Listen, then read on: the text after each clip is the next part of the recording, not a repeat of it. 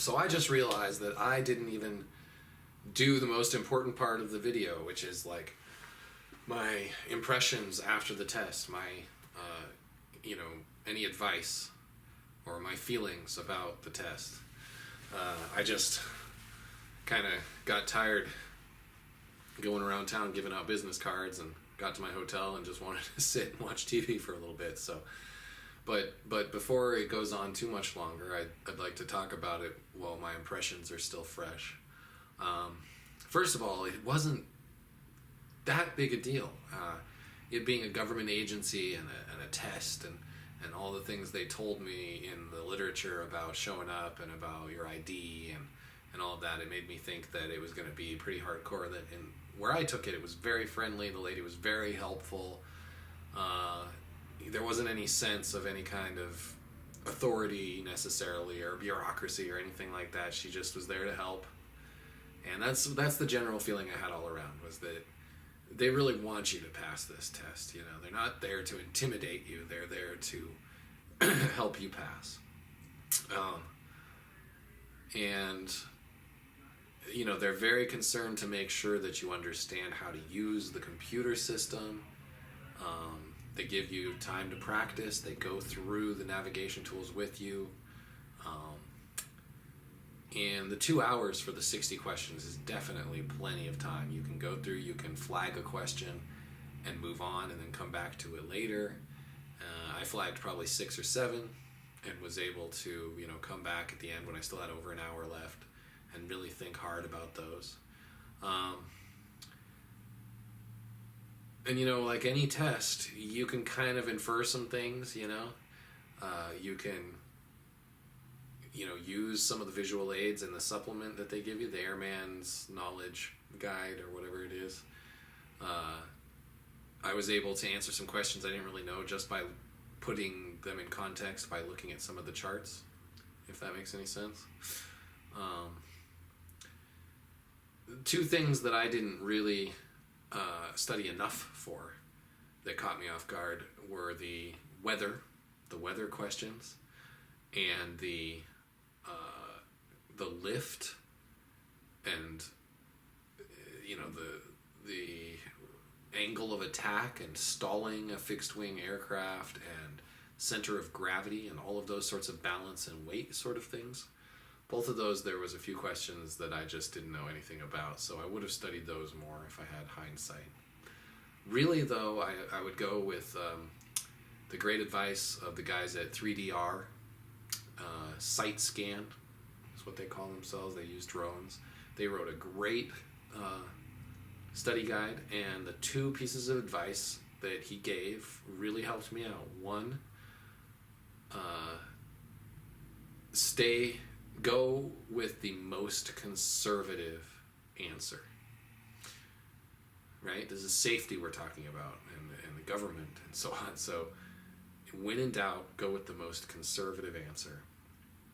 And the second piece of advice being, if it ever asks about anybody needing to be responsible for anything having to do with the aircraft, it's the pilot in command, or the pilot in charge, whatever PIC stands for.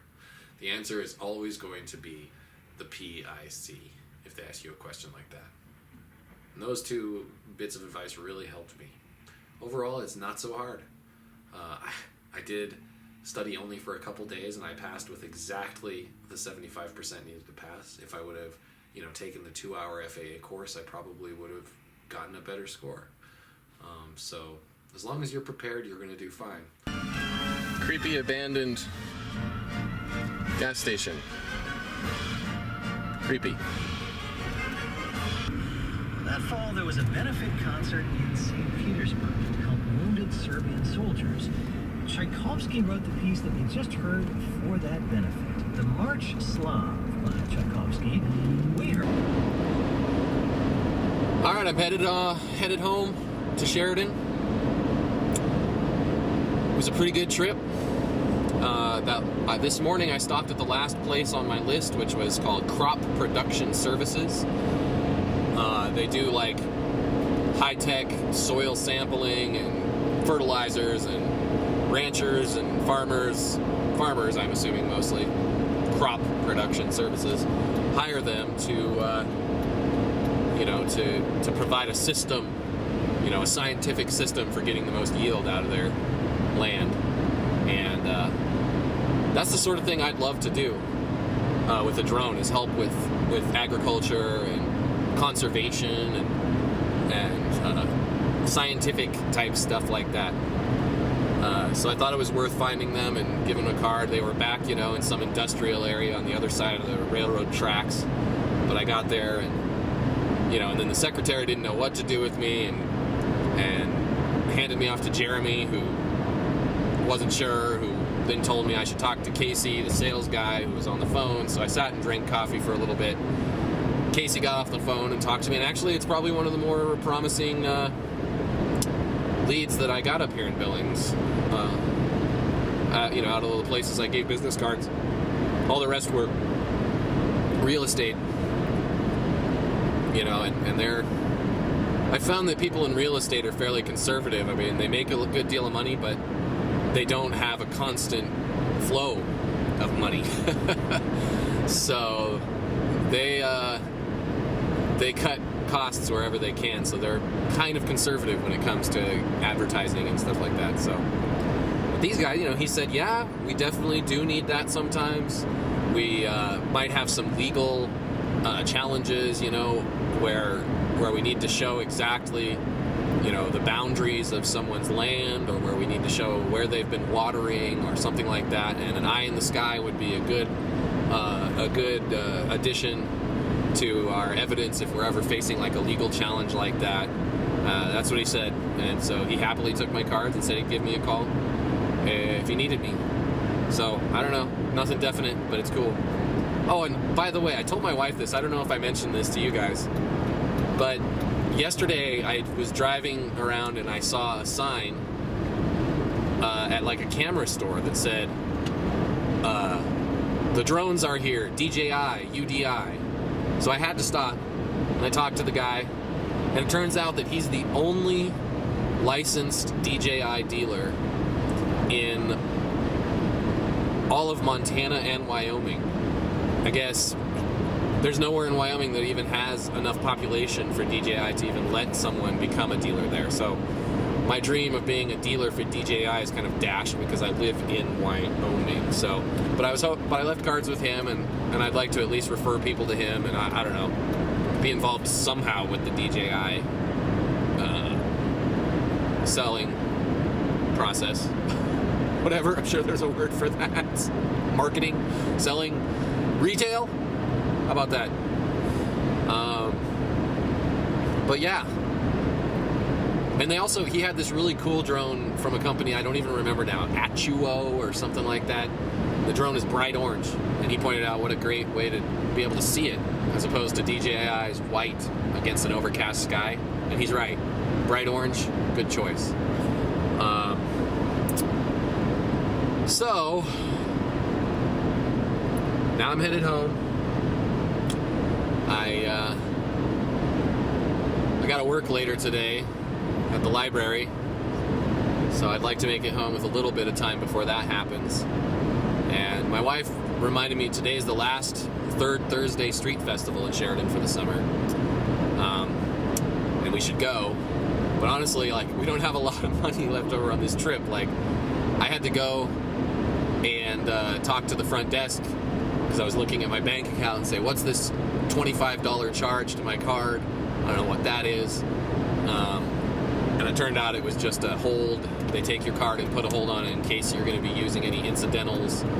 And $25. I don't know why they couldn't do a $5 hold just to see if you have money, I guess, but $25. And so that's kind of like, aside from the payday loan check that's about to come out from my paycheck that went automatically into my account today, basically that check doesn't exist because I had to take a payday loan last time to be able to pay my rent. So in order to have the extra $25 in my account to pay for gas to get home, I needed to talk to them, and they said it would come off my account. I don't know if it has yet or not, but I'm just assuming it will because I just filled up my tank. Well, I didn't. I put $15 in. I get pretty good gas mileage in this town and country, so I figured the $15 will make me most of the way, probably all the way. So that leaves me, as soon as that incidental charge goes back on, I'm hoping that happens before the payday loan check comes out. And even if it doesn't, that should leave me like $10 until the next, like 5 days from now, where my wife's check comes in, but that'll be just enough to pay the rent for next month. So this is why I'm trying to break into like making good money off of a drone, because I can't make money any other way. I've tried for years to turn in job applications and letters of recommendation and go to interviews, and it just hasn't done anything for me. And so I've actually been pretty successful with the drone stuff, but I'm not quite there yet where it's, a powerhouse of money. But I'd sure love to take my kids to that street festival, and so maybe that extra $10 will do it. I don't know. Anyways, what else?